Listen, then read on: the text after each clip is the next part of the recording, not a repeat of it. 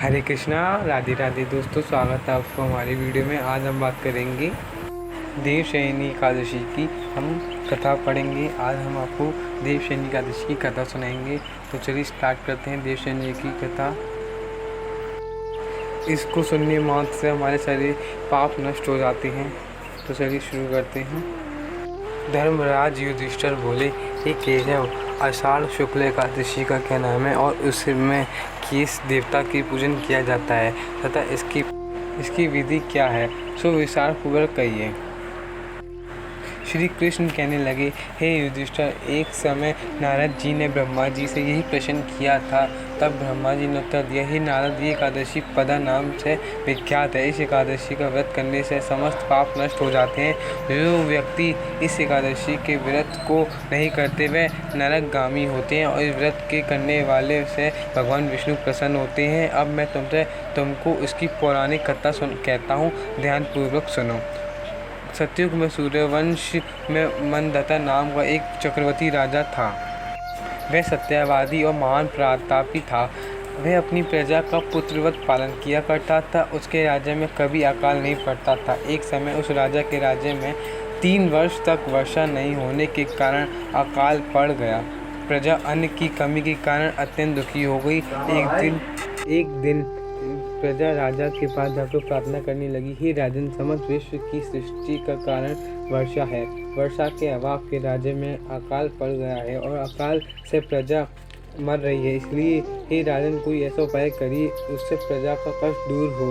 राजा मंदता कहने लगा, वर्षा न होने से आप लोग अत्यंत दुखी हो रहे हो, अतः मैं आप लोगों को कष्ट को दूर करने का प्रयत्न करता हूँ। ऐसा कहकर राजा कुछ सेना लेकर वन की तरफ चल दिया। वे अनेक ऋषियों के आश्रम में भ्रमण करता हुआ अंत में ब्रह्मा जी के पुत्र अंगिरा ऋषि के आश्रम में पहुंचा। वहां राजा के घोड़े से उतरकर अंगिरा ऋषि के प्रणाम किया। मुनि ने राजा को आशीर्वाद दिया और कुशल क्षेम पूछकर उससे आश्रम में जाने का कारण पूछा। राजा ने हाथ जोड़कर विनीत भाव से कहा, हे भगवान, सब प्रकार से धर्म पालन करने पर भी मेरे राज्य में अकाल पड़ गया है। इससे प्रजा अत्यंत दुखी है। राजा के पापों के प्रभाव से प्रजा के कष्ट मिलता है।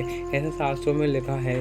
जब मैं धर्म अनुसार राज्य करता हूँ तो मेरे राज्य में अकाल क्यों पड़ा, अतः मुझे इस अकाल का कारण बताएं। साथ ही प्रजा के कष्ट को दूर करने को उपाय बतलाइए। इसलिए बात सुनकर ऋषि कहने लगे, राजन, ये सतयुग सब युगों में उत्तम है। इसमें धर्म के चारों चरण सम्मिलित हैं, अर्थात इस युग में धर्म का पूर्ण पालन होता है। सतयुग में केवल ब्राह्मणों को ही वेद पढ़ने और तप करने की अधिकार है, परंतु आपके राज्य में एक शूद्र तपस्या कर रहा। इसी दोष के कारण आपके राज्य में वर्षा नहीं हो रही। यदि आप प्रजा का भला चाहते हो तो आप उस शूद्र का वध कर दो। इस पर राजा कहने लगा कि महाराज, मैं इस निरपराध तपस्या करने वाले शूद्र को किस तरह मार सकता हूँ? आप इस दोष से छुटाने का कोई उपाय बताइए। तब ऋषि कहने लगे, राजन, यदि तुम अन्य उपाय जानना चाहते हो तो सुनो। आषाढ़ मास के शुक्ल पक्ष की पदा नाम की एकादशी का विधिपूर्वक व्रत करो। व्रत के प्रभाव से तुम्हारे राज्य में वर्षा होने लगेगी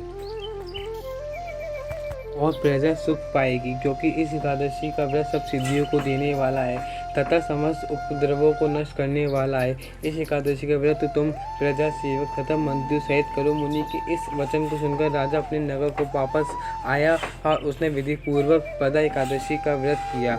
इस व्रत के प्रभाव से राज्य में वर्षा हुई और प्रजा को सुख पहुँचा। अतः इस मास की एकादशी का व्रत सब मनुष्यों को करना चाहिए। ये एक व्रत लोक में भोग, परलोक में मुक्ति देने वाला है। इसकी कथा को पढ़ने सुनने से मनुष्य के समस्त पाप नष्ट हो जाते हैं। तो ये हमारी आज की एकादशी पदा एकादशी की कथा संपूर्ण हुई। हरे कृष्णा, राधे राधे। फिर मिलेंगे नेक्स्ट वीडियो में। तब तक के लिए हरे राधे।